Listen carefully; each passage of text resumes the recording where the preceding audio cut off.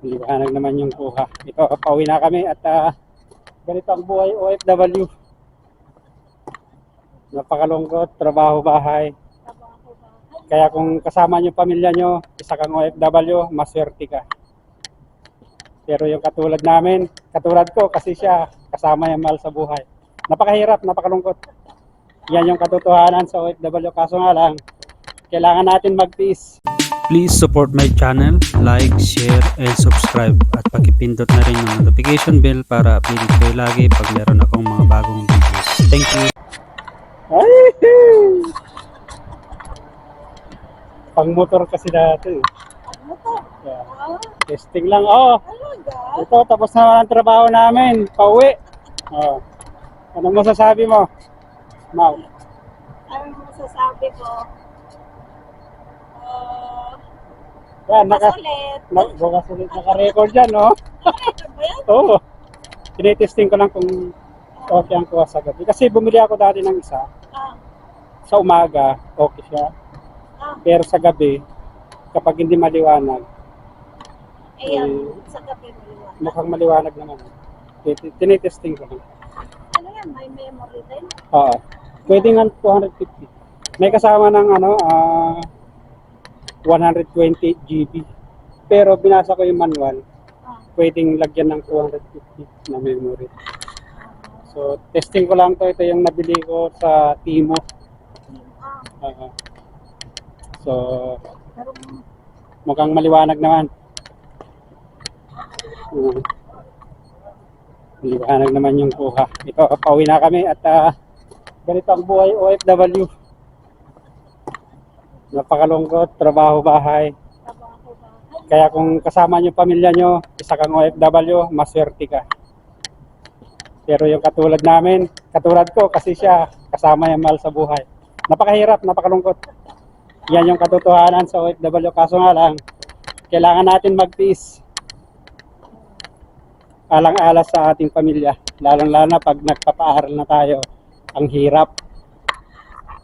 Wala naman na tayong, lalo kung wala tayong maasahan sa Pilipinas. Trabaho, di ba? Kailangan talaga magtiyaga. Ito ang ganda sa paggabi. Yan. Mga building na So, ako pala si Ronnie. Kasalukuyang OFW dito sa bansang Kuwait. Ano lang to, libangan, pastime. Kasi sobrang boring. Tingnan natin yung mga surroundings natin. Yan.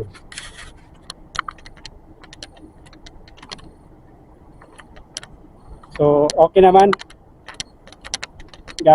Tinitesting ko lang kasi sa gabi to kung okay. Binili ko ito sa Timo. Tulad sabi ko, nung binili ko to, in-order ko online, 6 days bago ko na-receive. So, okay naman siya.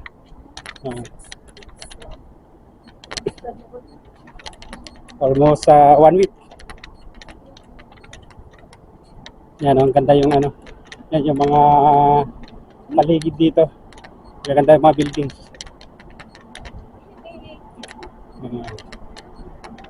So, talaga ganyan, buhay OFW. Ito lang sabi ko, tis-tis lang. Mga OFW sa masulok ng mundo, kumusta na ang buhay-buhay nyo?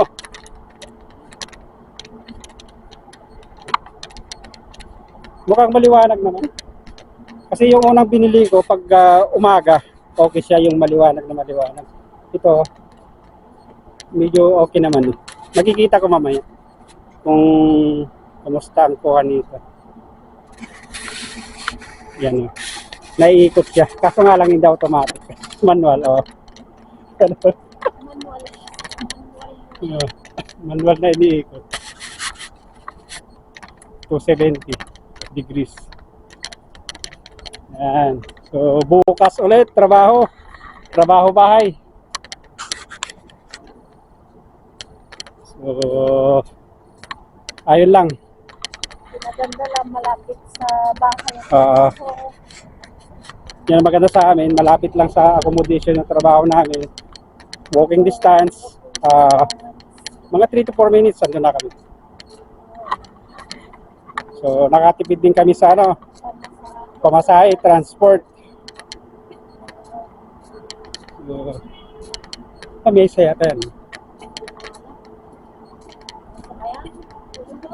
Ah, lamesa upuan. Ay, wag na, baka may ano. Ganda oh.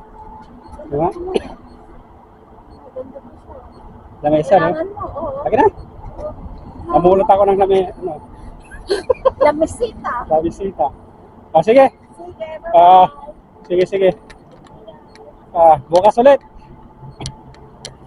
So, sana maliwanag, okay yung kuha niya at saka tinitesting ko lang. Yan o. So, paano? Maraming salamat sa iyong pagsama. Have a nice and great day to all of you. Yan.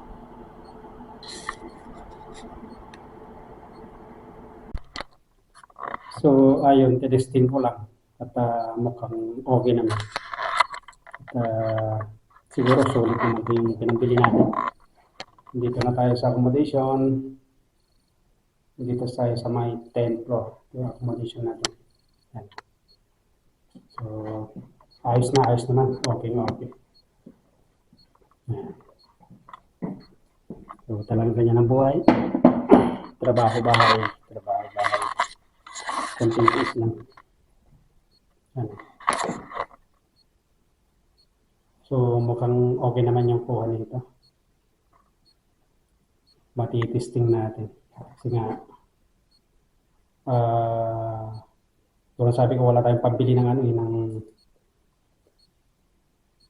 branded pa. So, okay lang to. Pang ano lang naman natin to. Maganda to sa motor. Kumbaga, multi. Yan. 270 yung road trip niya, digital camera. Pang maliwanag naman, siguro yung sounds pag titignan natin, bibili tayo ng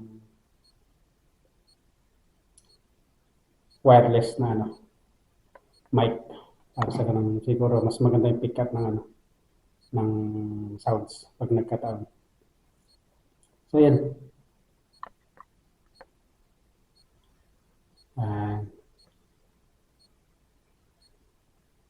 So ayos naman yung kuha. Again, maraming salamat sa iyong pagsama at kanina paalam na ako.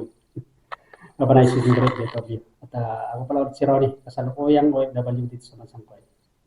Have a nice and great day again to all of you.